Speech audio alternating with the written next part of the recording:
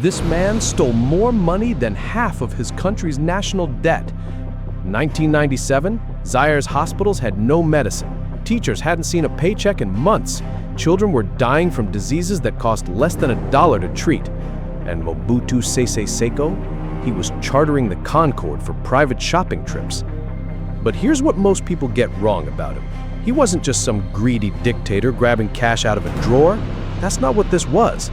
This was a system, sophisticated, deliberate, and so well constructed that it made Mobutu one of the richest men on earth, while his country went completely bankrupt around him.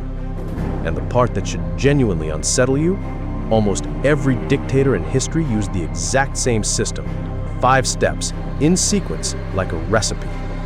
Inside the financial records, the offshore trails, and the documents these regimes spent fortunes trying to bury, there's a pattern. It's always the same pattern, and once you see it, you'll recognize it everywhere. By the end of this video, you'll understand the 5 specific methods used to move billions across borders, and why the international system, with all its institutions and oversight and task forces, almost never stops them. Not because it can't, because it wasn't really designed to. This is the dictator's playbook. The word for what we're talking about is kleptocracy. From the Greek, klepto, to steal, kratos, to rule. Government by thieves. And this isn't some fringe historical footnote. This is one of the most documented financial crimes in human history. Most people, including a lot of smart people, still couldn't explain how it actually works. Here's the scheme. Developing countries lose over $1 trillion per year to illicit financial flows. Every year. Gone. That's more than the entire GDP of the Netherlands, disappearing from the world's poorest countries on a loop. And most of that money doesn't evaporate. It ends up in Western banks, Western real estate, Western financial markets. Which means this story isn't about something happening far away to other people. It connects directly to the financial system you live inside. 5 men. Mobutu in Zaire, Marcos in the Philippines, Suharto in Indonesia, Abacha in Nigeria, Gaddafi in Libya. Between them, somewhere between $50 and $250 billion stolen from some of the poorest people on earth, using 5 methods, the same 5, over and over. Each one is more sophisticated than the last. Let's start with the most obvious. Method 1. Steal the ground beneath your people's feet. Most kleptocracies sit on enormous natural wealth: oil, diamonds, copper, cobalt, gold. The problem for the dictator is that technically those resources belong to the state, to the people. So step 1 is simple. Make yourself the state. Mobutu didn't just run Zaire, he was Zaire. The Constitution said so literally. The country, the party, and the president were defined as one single entity, which meant the copper mines were his, the diamond fields were his, the cobalt deposits, the same ones that today power the battery in your phone, his. At peak looting in 1970, Mobutu personally diverted an estimated 60% of the national budget into his own accounts. 60%. Throughout the 1980s, investigators documented between 150 and 400 million being siphoned from Zaire's mining industries annually. Here's the part that breaks your brain a little. Mobutu called in the army to guard the state mining warehouses from theft. The army immediately started stealing the cobalt themselves. Trucks were spotted leaving so overloaded with contraband metal that their mufflers were dragging on the pavement. This wasn't corruption breaking the system. This was the system. Oh, and the same man sent a government jet to Venezuela 32 times to collect 5,000 sheep for his personal farm. I genuinely don't know what to do with that. Suharto in Indonesia ran the same play, just more elegantly. He had a name for it, KKN, the Indonesian acronym for corruption, collusion, and nepotism. Almost refreshingly honest about it. Say you're a foreign company and you want to tap Indonesia's oil fields, mine its gold, build its water infrastructure. You can't. Not without a local partner. And that local partner, funny coincidence, has to be one of Suharto's 6 children. His son Sigit received a 20% equity stake in Jakarta's privatized water system for attending the signing ceremony. That was the deal. He showed up. Suharto's state oil company was required to route every oil export through 2 Suharto family trading companies, which charged 35 cents per barrel for the service of existing. When auditors got into the books in 1999, they found $6.1 billion extracted through that channel alone. By 2004, Transparency International ranked Suharto the most corrupt leader of the previous 2 decades, an estimated $15 to $35 billion, more than any other leader ever recorded. Method 2. Foreign aid interception. Method 2 is where it gets uncomfortable, because this one involves the West directly. The Cold War ran on a simple rule. Convincingly anti-communist meant America's best friend, which meant money, a lot of it, essentially no questions asked. Mobutu was a master at this. He positioned Zaire as a frontline anti-Soviet state in Central Africa, and the money came. Between 1962 and 1991, the U.S. gave him over $1 billion in development aid, $227 million in military assistance, and here's what tends to get left out of the textbooks, an estimated $150 million in CIA payments. Secret money, off the books entirely. Now here's the part that should genuinely make you angry. Internal World Bank and IMF documents, later declassified, showed that these institutions knew in advance the money was likely to be stolen. They sent it anyway. That's not an oversight. That's a policy. In 1992, Mobutu's government allocated 95% of the national budget to himself and his cabinet. Social services, zero. Healthcare, zero. Infrastructure, zero. The country was in blackouts, roads had turned to mud, and Mobutu was chartering the Concorde. The Philippines tells the same story from a different angle. Ferdinand Marcos received massive U.S. military aid, including direct payments for sending Filipino troops to Vietnam. That money was supposed to support the Filipino military. It went straight into Swiss accounts. When investigators went through Marcos' records after he fled in 1986, they found something that says everything. In 1968, 4 years before he even declared martial law, Marcos had already opened a secret account at Credit Suisse in Zurich under a fake name, William Saunders. His wife Imelda, Jane Ryan. His presidential salary at the time, $5,600 a year. His Swiss balance at the time, $950,000. Someone was doing very well for a government employee. By 1986, the Marcos family had stolen an estimated $5 to $10 billion, much of it from aid and military funding meant to reach the Filipino people. Guinness World Records officially certified it in 1989 as the largest government theft in recorded history. That record stood until 2022. Method 3. Central bank raids. Method 3 is the most brazen, and honestly, the simplest. Every country has a central bank. It holds the national reserves, manages the currency. In theory, it's the most protected financial institution in the country. In a kleptocracy, it's the dictator's ATM. Nigeria, 1993. General Sani Abacha seizes power in a military coup. He quickly identifies the problem. Oil revenues flow through channels that are at least partially visible to international auditors. So he builds a workaround. And this workaround, I want you to sit with how simple this actually is. Step 1, Abacha tells a trusted advisor to submit a request to him for emergency funds. Stated reason? Vague. National security. Step 2, Abacha signs the request himself. He's the president, he can do that. Step 3, the advisor takes the signed request to the central bank, which is legally required to release funds authorized by the president. Step 4, the central bank hands over the cash, often literally, physical currency.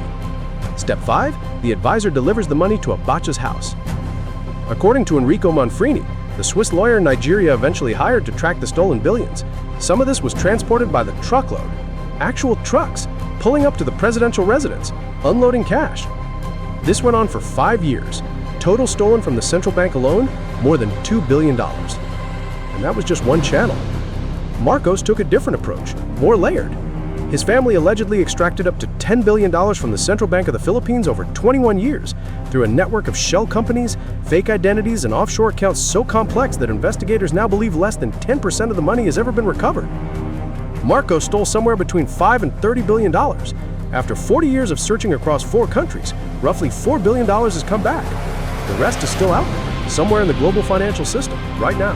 Method 4 is how you turn a national economy into a family business.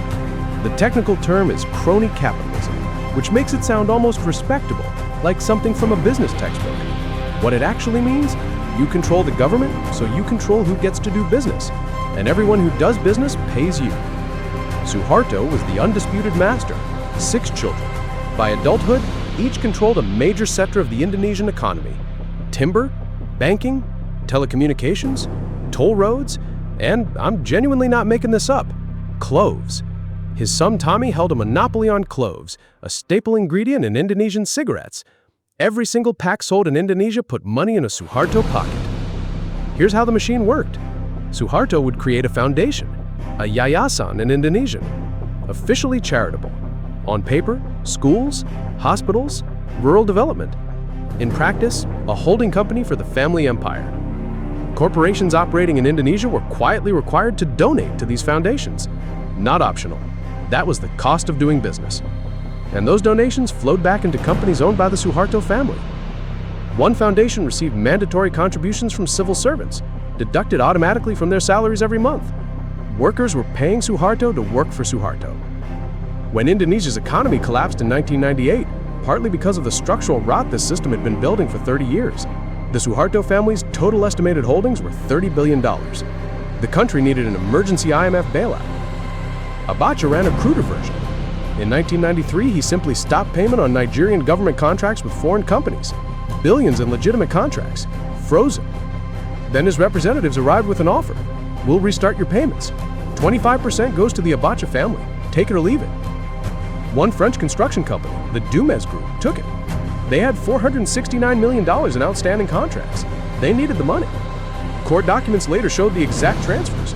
$97 million wired from Dumez's Swiss account to a shell company called Allied Network Limited, registered to a Mohammed Sani, Abacha's son. The receiving account was at Midland Bank London, now HSBC. This isn't alleged. This is in U.S. federal court filings. Documented fact. Method 5. The laundering system. The first 4 methods are about stealing.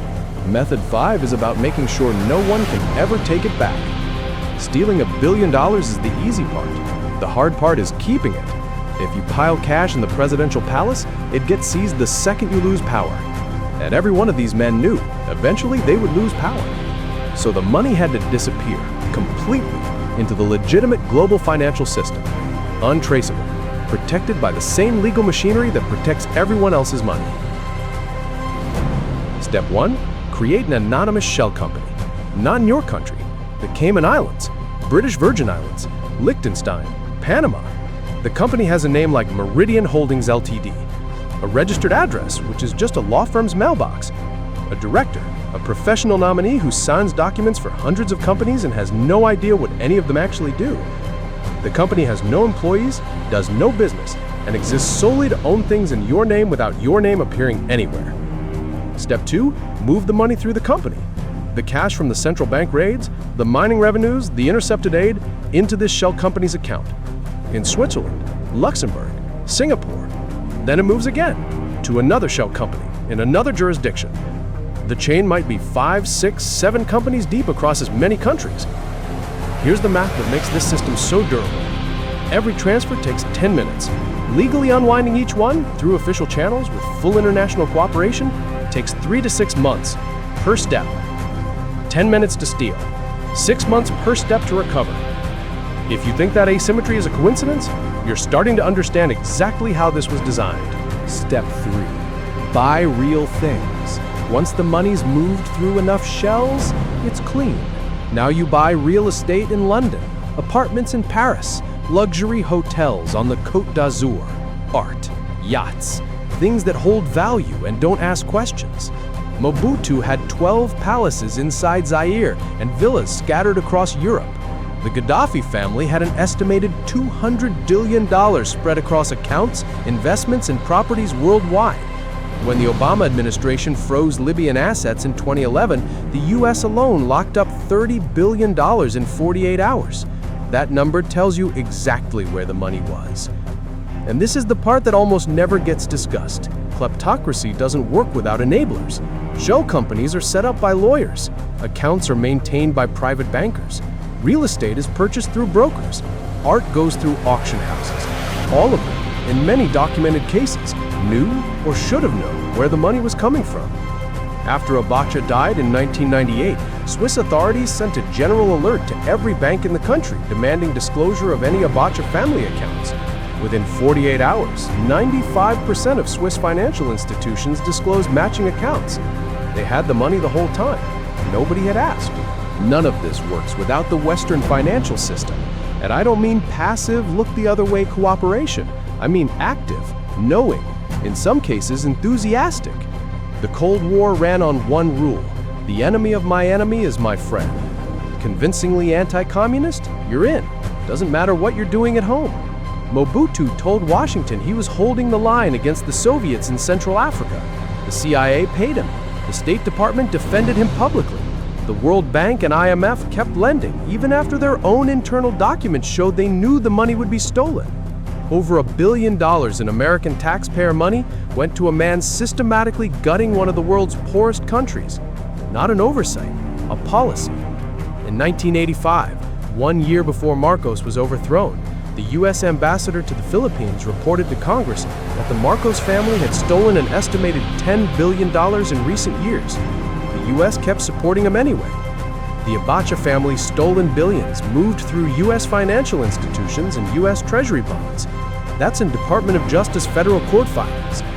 In 2022, leaked data from Credit Suisse revealed the bank had maintained accounts for dozens of dictators, sanctioned individuals, and accused criminals, even after repeatedly pledging to clean up its practices. The Journal of Democracy put it plainly: Western institutions and brokers play a crucial role in facilitating transnational corruption. Right now, in New York, Miami, London, Los Angeles, there are luxury apartments and commercial properties owned by anonymous shell companies, some connected to the same networks these men used. Today, the U.S. Treasury has acknowledged the problem. The DOJ's Kleptocracy Asset Recovery Initiative has clawed back real money. In 2014, $480 million in Abacha-linked funds, the largest kleptocracy forfeiture in DOJ history at the time, 16 years after Abacha died. But the system that makes all of this possible? Still running, right alongside the efforts to stop it. So that's how the money moves. Now let's talk about whether anyone got it back. Marcos. Courts in 4 countries have confirmed at least $3.6 billion recovered out of an estimated $5 to $10 billion stolen. The biggest single win? $658 million ordered back from Swiss accounts in 2003. Another case, a Panamanian shell company called Arelma Inc. returned $3.3 million in 2014. Notice that gap: $658 million in one rule, $3.3 million in another. That's what recovery looks like, not a clean sweep. Decades of legal battles across jurisdictions, each yielding a fraction. Meanwhile, Marcos' son, Bongbong Marcos, is currently the president of the Philippines, elected 2022. Abacha. Nigeria has recovered roughly $3.6 billion as of 2022. Switzerland returned $380 million in 2005. The US returned $311 million in 2020. Jersey, a British tax haven off the coast of France, returned $300 million in 2019. A massive international effort, still ongoing. Mobutu. The recovery has been far less successful. Congo remains one of the poorest countries on Earth, sitting on one of the richest mineral deposits on Earth. By 1982, Mobutu's personal fortune was estimated at $4 billion. Congo's total national debt at the time, $8 billion. One man worth half his country's entire debt. In 2007, a full decade after his fall, the country had debts totaling 800% of its annual export earnings. Gaddafi. An estimated $200 billion, most of it still frozen in international accounts since 2011, caught in legal and political limbo. Libya's too unstable to receive it. Money frozen isn't money returned. These men didn't invent the system. They used what was already there. Shell companies were legal. Swiss accounts were legal. Nominee directors were legal. Aid transfers were government policy. The system that allowed them to steal is still running, right now. Different names, different countries, same 5 methods. Let's go back to where we started. Zaire, 1997. No medicine. Roads rotted to nothing. Teachers unpaid. A country completely, systematically broke. And Mobutu, on the Concorde, going shopping. What I didn't tell you at the start is how the story actually ended. Mobutu was overthrown in May 1997. He fled the country dying of prostate cancer and died in exile in Morocco 4 months later. Never saw justice. Suharto died in a Jakarta hospital in 2008 at 86. Criminal charges dropped, too ill to stand trial. never saw justice. Marcos died in Hawaii in 1989. His wife Imelda was acquitted in U.S. court in 1990. The family went back to the Philippines, re-entered politics, and his son is now president. Abacha died suddenly in 1998. Heart attack, supposedly. No post-mortem was ever conducted. Gaddafi was killed by rebel forces in 2011, not in a courtroom. 5 men, between 50 and 250 billion stolen. Convictions? 0. Not 1. Here's what I actually think matters from all of this, and I'll be direct about it. Kleptocracy is a system, not a personality defect. These men weren't just unusually greedy. They built or inherited institutional structures that made stealing the rational, logical choice for everyone inside them. That distinction matters because it means replacing bad people with better ones doesn't fix anything. The structures have to change. The Western financial system isn't a bystander. Banks, law firms, real estate markets, accounting firms in London, New York, Geneva are the infrastructure. Without them, the money has nowhere to go. That's not an accusation. That's what the evidence consistently shows in court documents and declassified files. And the money is still out there, right now, sitting in shell companies, real estate, and accounts in the world's wealthiest cities. The thing stopping its recovery isn't capability. It's the decision to actually look. At the start of this video, I told you that by the end, you'd understand exactly how billions get stolen from an entire country, in plain sight, with almost nobody going to prison. You now know the 5 methods. You understand why the system works. You understand why recovery takes decades and still falls short. And you understand why, despite task forces and laws and international cooperation, it keeps happening. You genuinely cannot fix what you can't see.